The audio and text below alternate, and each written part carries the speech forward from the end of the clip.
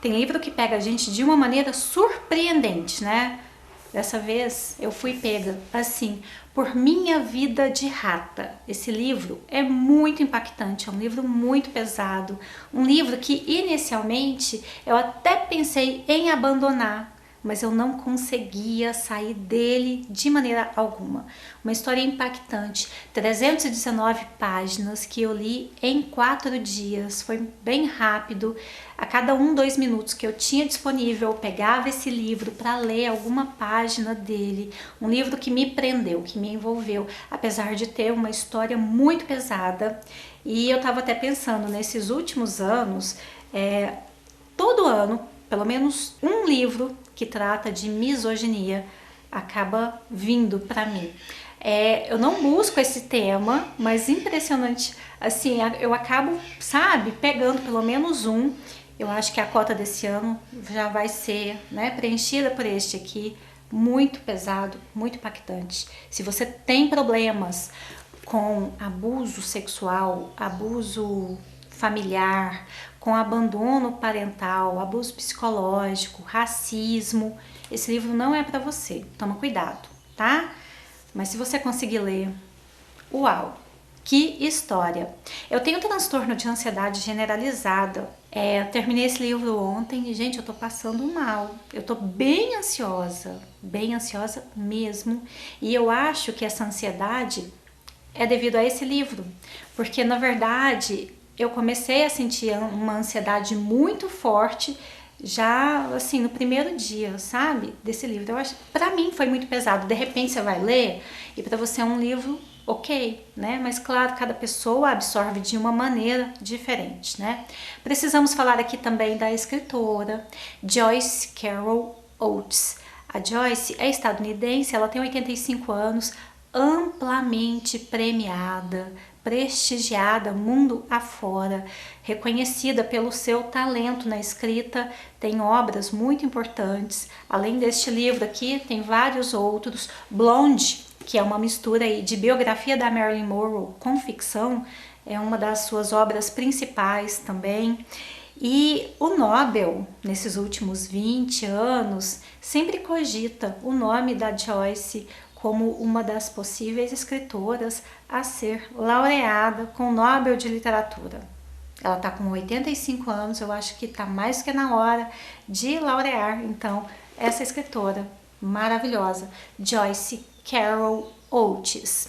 Livro muito bom, mas eu preciso fazer uma ressalva aqui. Ele é da HarperCollins, Brasil, e veio com erros de ortografia. Não são tantos, mas tem.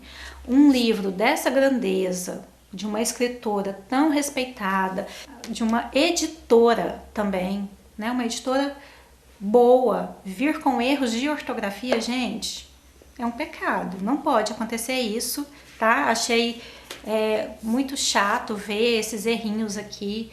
A gente tem que ter mais cuidado, né? Na hora de traduzir, na hora de colocar uma obra à venda. Inaceitável isso, hein? Inaceitável. Mas agora falando então da história, o que nós temos aqui? A gente vai conhecer a história de uma menina de 12 anos, Violet Rue Kerrigan. Ela é filha do Jeremy, que é descendente de irlandeses, e o Jeremy é um veterano de guerra, da guerra do Vietnã. É um homem muito machista, é um homem muito calado, devido à guerra também, né, ao que ele viveu lá no Vietnã. E é um homem casado com Lula. A Lula é uma mulher nitidamente infeliz, ela é uma mulher muito submissa. A gente vai ver um patriarcado muito característico dos anos 70, 80, 90, né? A gente vai ver muito assim aquele tipo de núcleo familiar onde o patriarcado reina de maneira absoluta. Lula, a esposa do Jeremy, mãe da Violet, não tem voz nessa família. É uma mulher que vive com medo. Uma mulher muito abusada por esse marido, uma mulher que teve 7 filhos junto desse homem, e ela ficou obesa, ela adquiriu doenças crônicas, e esse homem já nem olha mais para ela como se ela fosse de fato uma mulher, né? E a gente vai ver então vários traços nesse núcleo familiar de abusos que estão ali desde a raiz da criação deste núcleo familiar e que vai ser refletido em cada um desses filhos também. A Lula, que não teve um planejamento familiar, ela não queria 7 filhos. Na verdade, nem o Jeremy queria tantos filhos assim. Mas apesar de não ter o aborto, né, ela meio que cogitava isso, mas o aborto nunca foi de fato uma opção para ela. Jeremy jamais aceitaria. É uma família de um núcleo católico e com muita hipocrisia envolvida, né? Porque o catolicismo prega o quê? Né? Uma vida cristã, mas a gente não vai ver uma vida cristã nesse núcleo familiar. Definitivamente não. E essa mulher vai se ver cada vez mais afundada nesse estilo de vida muito cruel, de abusos que ela sofre por esse marido. O Jeremy, ele tem muito carinho pelas filhas de uma maneira muito particular, ele trata as meninas de uma maneira e os meninos de outra. A gente já vai ficar muito impactado com a maneira como ele trata esses meninos, com a maneira que ele cria esses meninos, usando os meninos literalmente como saco de pancada. Gente, é chocante. A gente vai ver sobre esse núcleo familiar já no início, tá? O livro ele é dividido em 3 partes. Aí a primeira parte ela vai se passar toda dentro deste núcleo familiar, dentro dessa casa, mostrando como é a dinâmica familiar. Além da Lula ter o marido ali, né, para oprimir a vida dela, ela vai ter também o pai do marido, esse sogro idoso, irlandês, alcoólatra, machista, uma pessoa horrorosa, está idoso e vai viver na casa deles e ela vai sofrer ainda mais abusos com esse homem dentro de casa. É muito chocante. A cada página que você vira, você vai ver vários tipos de abusos aqui dentro. Impressionante. E aí a gente vai conhecer cada um, né, desses filhos também. A gente vai ver que a Lula, ela já tá com medo dos filhos maiores, que é o Jeremy Jr., que é o Jer, e o Lionel. Ela já não tem mais coragem nem de encostar nesses meninos adolescentes, porque eles são muito brutos com ela. A Violet, que é a caçula, tem 12 anos, ela é a preferida do pai.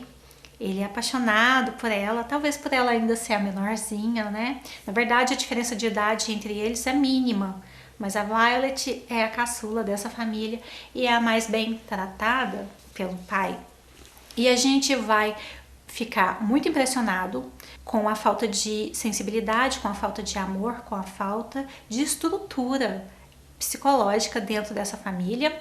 A gente vai ver sobre um crime que aconteceu lá na cidadezinha que eles moram. Eles moram ali no estado de Nova York e é naquela fronteira já com o Ontário, né? Fronteira com o Canadá, onde passa ali o Niágara, né? O rio Niágara, esses rios adjacentes ali. É mais ou menos naquela região. E essa cidadezinha do interior, todo mundo meio que se conhece e tudo mais, e a gente vai ficar chocado com o que acontece com essa família. Os meninos mais velhos, o Jer e o Lionel, estão constantemente envolvidos em encrencas, em problemas, a mãe sempre passando pano para eles, assim, sempre tentando defender, porque nessa família se tem uma noção muito forte de que você precisa defender os seus. O núcleo familiar ele é algo muito fortalecido, que o pai prega muito que tem que se defender os seus. Você pode até estar brigado com o seu irmão, mas se alguém de fora vir acusar o seu irmão, você vai defendê-lo. E assim serão com os primos, com os tios. Você pode até não ter boa relação dentro dessa família, com os parentes, mas para as pessoas de fora, você sempre vai defender, mesmo que você não goste dessa pessoa, entende? Então assim, a gente vai sempre ver este sentimento muito forte de defender a família. E esses meninos vão arrumando encrenca, confusão, e a mãe e o pai sempre defendendo de uma maneira insana. Vai acontecer um crime muito sério aqui, que o Jer já vai para um tribunal e vai ser acusado, né, de um de um estupro. Eu não queria colocar aqui, né, para não ficar dando muita informação, mas eu vou tentar não passar muita informação, tá? Vai ser um vídeo sem spoiler. E aí, quando acontece, gente, o julgamento, eu tive que falar que é um estupro por isso. Quando vai acontecer o julgamento, é insano você ver como que esse sistema judiciário se comporta em relação ao crime. É insano. Você fica assim, você vê que a misoginia do livro não é apenas em relação a Violet, é em relação a qualquer mulher. Nenhuma de nós somos defendidas, nenhuma, sabe? É muito forte. E aí depois desse crime, os pais sabem que os filhos já não são boa coisa, aí a gente já vai passar para o crime principal aqui do livro, que todo mundo já sabe, no caso não é spoiler, a gente vai chegar na parte onde Lionel e Jer, esses dois irmãos, o Jer tá com 19, o Lionel tá com 17, eles assassinam um rapaz negro, um menino muito bom, um menino que tinha uma conduta muito boa, um menino muito respeitado por sua comunidade. Inclusive aqui no livro até fala que mesmo os brancos gostavam deste menino, apesar dele ser preto. A questão racial vai ser muito forte, né, aqui. E aí no que eles matam esse menino, a Violet, ela vai ficar sabendo do crime, até porque os dois vão confessar para ela, né? Ela vai saber onde está a arma do crime e ela vai ficar muito confusa. A partir do momento em que esse crime é cometido, o rapaz, o Adrian Johnson, ele não morre de imediato, ele vai ficar no hospital por um tempo.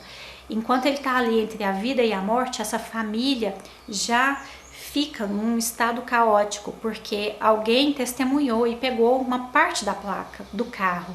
E esse carro é do Jeremy, ele passou esse carro pro filho, pro Jer, né? Então já meio que se sabe os filhos, né, que cometeram esse crime, mas não tem como provar, não tem como.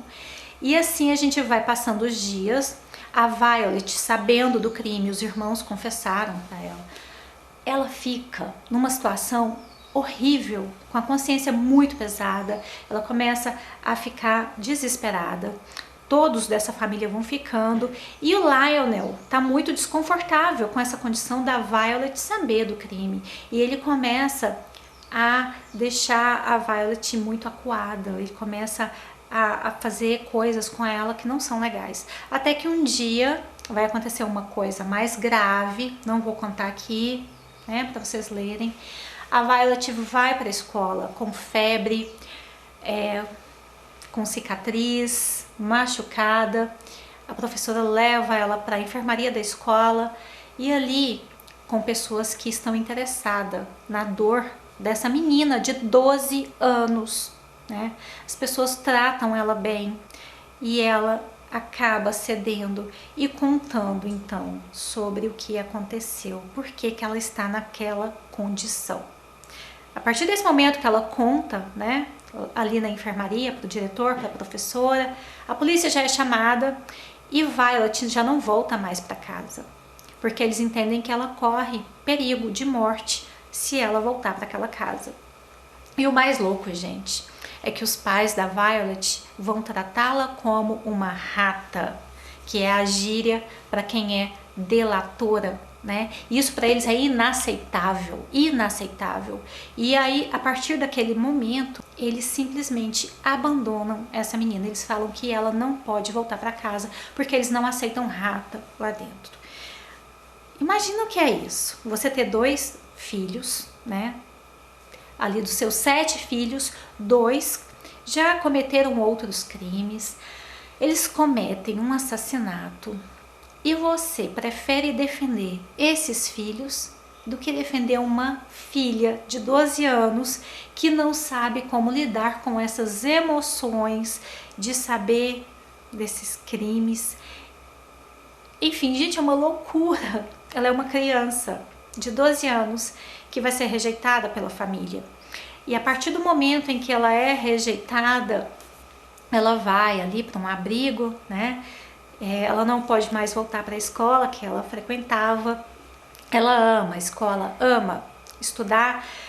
E assim começa então todas as desventuras da vida da Violet. Logo depois dela ir para o abrigo, a tia dela, tia por parte de mãe, a Irma, ela resolve abrigar então a Violet e leva essa menina para casa dela. A Irma é casada há mais de 20 anos e não teve filhos, e era o sonho da vida dela. Então ela vê ali na Violet, nessa sobrinha, né, de 12 anos, a possibilidade de exercer a maternidade. E imagina como que chega essa garota, essa criança de 12 anos na casa dessa tia, de uma maneira completamente destruída emocionalmente, né? E ela vai ter vários problemas a partir desse momento em que ela é rejeitada pela família. Tem uma parte aí sobre essa rejeição que acontece lá no abrigo. Tão triste, tão cruel, tão forte. É inaceitável. A gente fica numa sensação assim de impotência tão grande e de indignação que é muito comovente, muito. É uma parte que me emocionou assim. E ela vai para casa da tia Irma, ali ela vai ficar então alguns anos, mas a partir desse momento, gente, a vida dela vai ser uma desventura em séries, né? Vão ser vários acontecimentos trágicos, porque quando as pessoas veem uma menina de 12 anos que foi abandonada pelos pais, porque ela entregou os irmãos, e vê a condição emocional, psicológica de uma criança dessa, e né, entrando aí na adolescência, os abusadores, eles vêm, né, eles vão surgir ali de todas as maneiras na vida dela e vai ser muito cruel. Ela vai tentar seguir a vida dela da melhor maneira possível, não vai ser fácil. Vale destacar aqui que a partir desse momento a gente vai ver muito assim da relação dela com essa tia, da relação que ela tem com a família, porque ela ainda vai tentar ter uma relação com essa família e tudo, gente, vai dando uma angústia na gente, sabe? É muito sofrimento. E aí vai aparecer um personagem muito importante da gente falar dele aqui, que é o Sr. Sandman. É o sobrenome dele, né? Sandman significa homem de areia e é uma referência ao Sandman que faz parte do folclore, lendas europeias, que é aquele homem de areia que tem o poder ali de induzir as pessoas ao sono e através da areia faz as pessoas terem, né, além de um sono profundo, sonhos, pesadelos. Então fica atento a isso, porque de repente, né, você vai ler o livro e você não sabe dessa história. Se bem que teve o seriado, né, eu acho que agora muita gente já tem uma certa noção do que é Sandman. E aqui não é por acaso, tá? Tem aqui uma referência muito grande.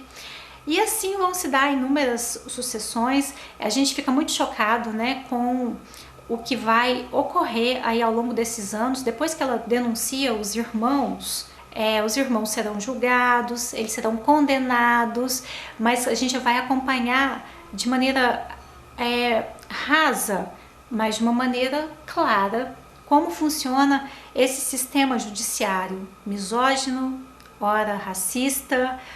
A gente vai ver também questão política, né? Porque tem um Kerrigan, que é o tio do pai dela, que já havia sido político, ele estava aposentado, ela é da mesma cidade deles, né? E ele vê nesse caso dos sobrinhos terem assassinado um rapaz negro, ele vê a oportunidade de voltar para a política, porque quem é branco, né, parte dos brancos daquela cidade, defenderão a ideia de que isso é um racismo branco. São os pretos sempre querendo acusar os brancos de terem feito alguma coisa. Gente, é insano. A gente sabe que isso acontece diariamente, mas quando a gente acompanha, assim, é revoltante, é ultrajante, é uma coisa muito pesada. E aí esse tio, ele consegue voltar para a política defendendo esses meninos brancos, né, e tentando inverter toda a situação. É uma loucura, é uma insanidade o que acontece aqui nesse livro. A misoginia sempre presente em todas as páginas aqui. A condição da tia Irma enquanto esposa, enquanto mulher, é uma reflexão, né? Mas a da mãe da da Violet é uma condição ainda mais triste, assim, porque como ela teve esses 7 filhos e ainda tem que cuidar do avô, né, da Violet, do sogro dela, no caso, a gente quando vê a vida dessa mulher, que infelicidade, né? É uma mulher ansiosa, uma mulher triste, uma mulher preocupada, que ainda tem que defender esses filhos, tem que ficar do lado do marido. Gente, é tudo tão pesado, mas nada, né? Ninguém vai sofrer tanto quanto uma criança de 12 anos que é colocada para fora de casa. Por quê? Contou a verdade. É horrível isso, muito horrível, mas é um livro muito bem escrito. Aí aqui vai chegar no final 15 anos depois do acontecido, tá? Então a gente vai acompanhar a vida da Violet até ali por volta dos 27 anos. Ah, aqui dentro do livro tem também nazismo, viu? Tem um personagem aqui, o Sandman. Ele vai defender aqui também o nazismo. Enfim, é tanta forma de violência aqui nesse livro que a gente realmente fica muito chocada. Para mim foi muito pesado, mas foi muito bom. Eu marquei inúmeras páginas aqui. Sério, que livro! Apesar de pesado, eu fiquei impactada. Eu acredito que ele vai estar entre as minhas melhores leituras de 2024. Uma história que nos deixa muito indignado, mas escrito com muita maestria. Então, cuidado com os gatilhos, tá bom? Se for ler. Se você já leu, deixa aí nos comentários, eu vou gostar de saber a sua opinião também. Espero que você tenha gostado desse vídeo. Se gostou, deixa aí o seu like, comenta, compartilha. Eu te espero nos próximos. Beijo, tchau!